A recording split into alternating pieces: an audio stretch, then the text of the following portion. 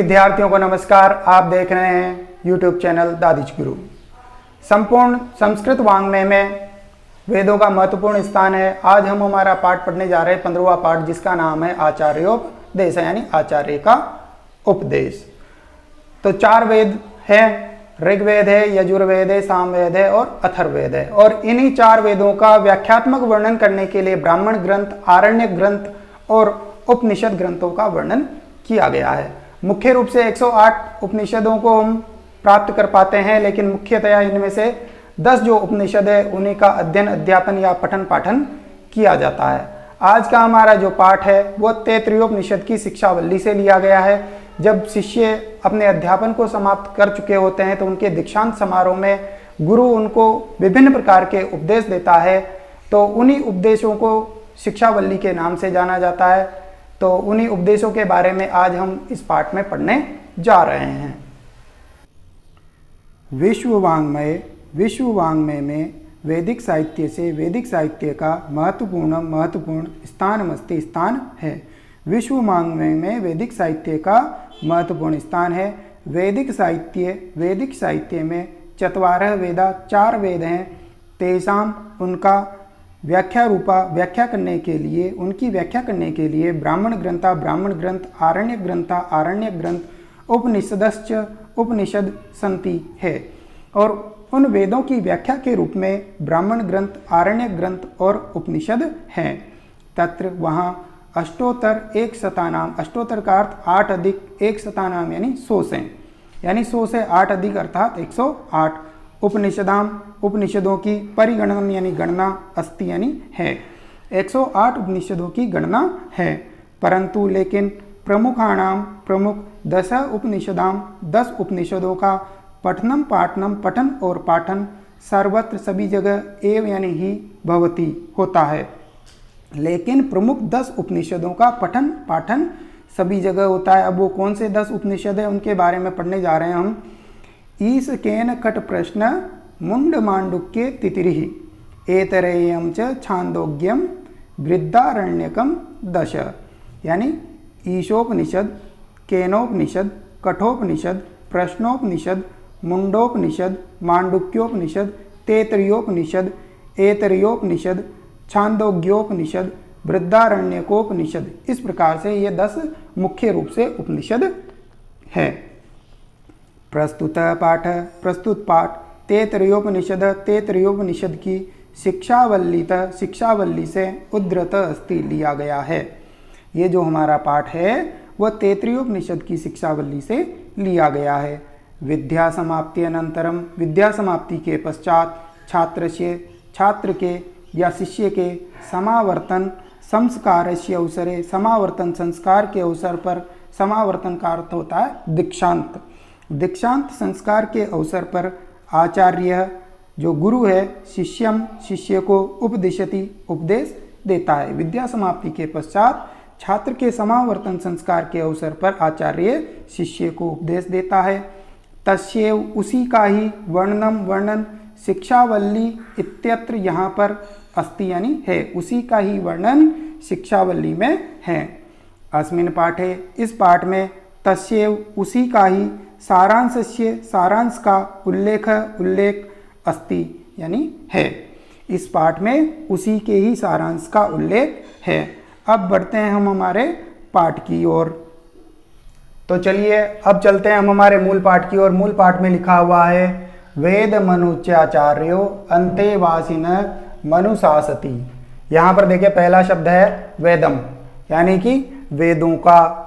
वेदम में से जब निकालेंगे तो निकलेगा अवर्ण और बन जाएगा अनुच्चय। पढ़ाकर या अध्यापन करके, यहाँ पर संधि विच्छेद करेंगे तो अनुच्चय में से जब आचार्य को अलग करेंगे तो अनुच्चय प्लस आचार्य बन जाएगा। यानी कि वेदों का अध्यापन करा के या पढ़ाकर आचार्य, जो आचार्य है अंतेवासिनम का अर्थ होता है शिष्य को।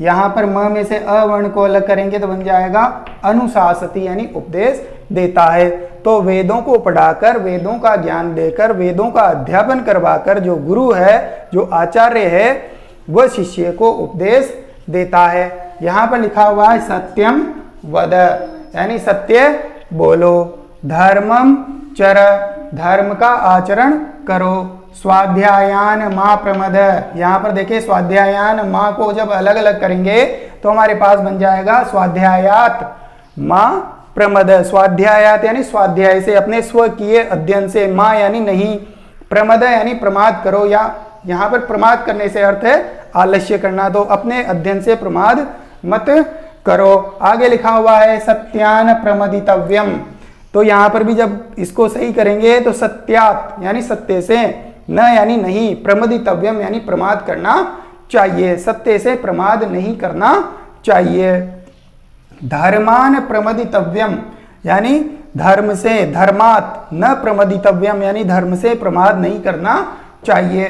कुशलान प्रमदितव्यम, तो यहाँ पर भी देखें तो कुशलात न यानी नहीं, प्रमदितव्यम यानी प्रमाद करना चाहिए। तो कुशलात का अर्थ है यहाँ पर देखो आत्मरक्षण के कर्म या कार्य, तो आत्मरक्षण के कार्य से हमें प्रमाद नहीं करना चाहिए। अंत में लिखा हुआ है भूत्यई न प्रमदितव्यम, भूत्यई का अर्थ होता है ऐश्वर्यदायक कर्म, ऐश्वर्य देने वाले कर्म या ऐश्वर्य प्रदान करने वाले कर्म, तो इस प्रकार के कर्मों से, कार्यों से भी न प्रमदितव्यम प्रमाद नहीं करना चाहिए। स्वाध्याय प्रवचनाभ्याम न प्रमदितव्यम, स्वाध्याय से और प्रवचनों से न प्रमदितव्यम प्रमाद नहीं करना चाहिए।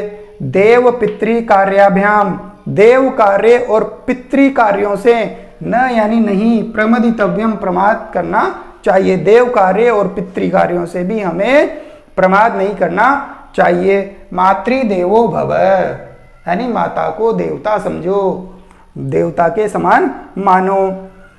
पितृदेवो भव, पिता को देवता समझो या पिता को देवता के समान मानो।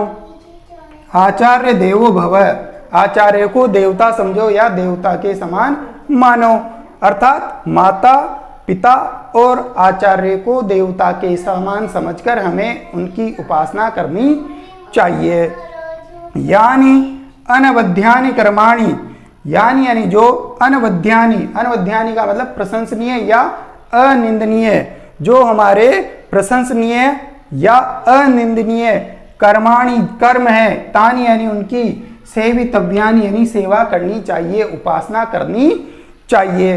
अंत में लिखा हुआ है नो यानी नहीं, इतराणी यानी अन्य, अन्य कार्य की नहीं, यानी कि जो हमारे निंदनीय और अप्रशंसनीय कार्य है उनकी हमें सेवा नहीं करनी चाहिए, उनकी हमें उपासना नहीं करनी चाहिए, अर्थात उनको हमारे जीवन में नहीं अपनाना चाहिए।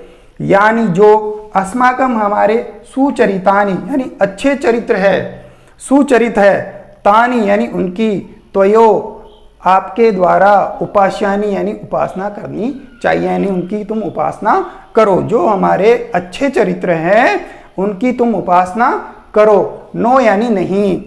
इतराणी, इतराणी का अर्थ अन्य, अन्य की नहीं।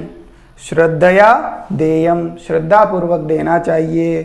अश्रद्धया देयम, अश्रद्धया देयम में देखें तो जब संधि विच्छेद करेंगे तो बनेगा अश्रद्धया अदेयम, यहाँ पर देयम के पहले हो जाएगा अवर्ण लगाएंगे और बन जाएगा अदेयम, तो बिना श्रद्धा के नहीं देना चाहिए। श्रिया देयम, श्रिया देयम का अर्थ है यहाँ पर ऐश्वर्य पूर्वक हमें देना चाहिए। ह्रिया देयम, ह्रिया का अर्थ है लज्जा, यानी लज्जा पूर्वक हमें देना चाहिए। भिया देयम, भिया का अर्थ होता है भय या डर, तो पारलौकिक जो डर है, जो भय है, उससे हमें देना चाहिए। समीदा देयम, समीदा का अर्थ होता है मित्रादि कार्यों के लिए या मित्रादि कर्म के लिए, देयम यानी देना चाहिए। एष आदेश, यही आदेश है।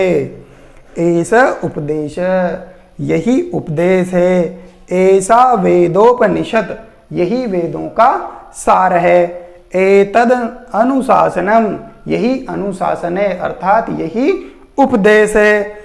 एवं उपासितव्यम, जब संधि विच्छेद करेंगे तो एवं और मस्क में से उ को अलग करेंगे तो बन जाएगा एवं उपासितव्यम, यानी इस प्रकार की हमें उपासना करनी चाहिए, इस प्रकार के जीवन को हमें अपनाना चाहिए। तो इस प्रकार से हमने इस पाठ के अंदर वेदों के सार रूप को ग्रहण किया, वेदों के उपदेशों को जो हमारे जीवन में हमें अपनाना चाहिए उनका वर्णन हमने देखा। आपको भी इस प्रकार के गुणों को अपने जीवन में अपनाना चाहिए। तो इस प्रकार हमारा ये 15वां पाठ समाप्त होता है। तो जिन विद्यार्थियों ने अभी तक चैनल को सब्सक्राइब नहीं किया है वो चैनल को सब्सक्राइब करें। धन्यवाद।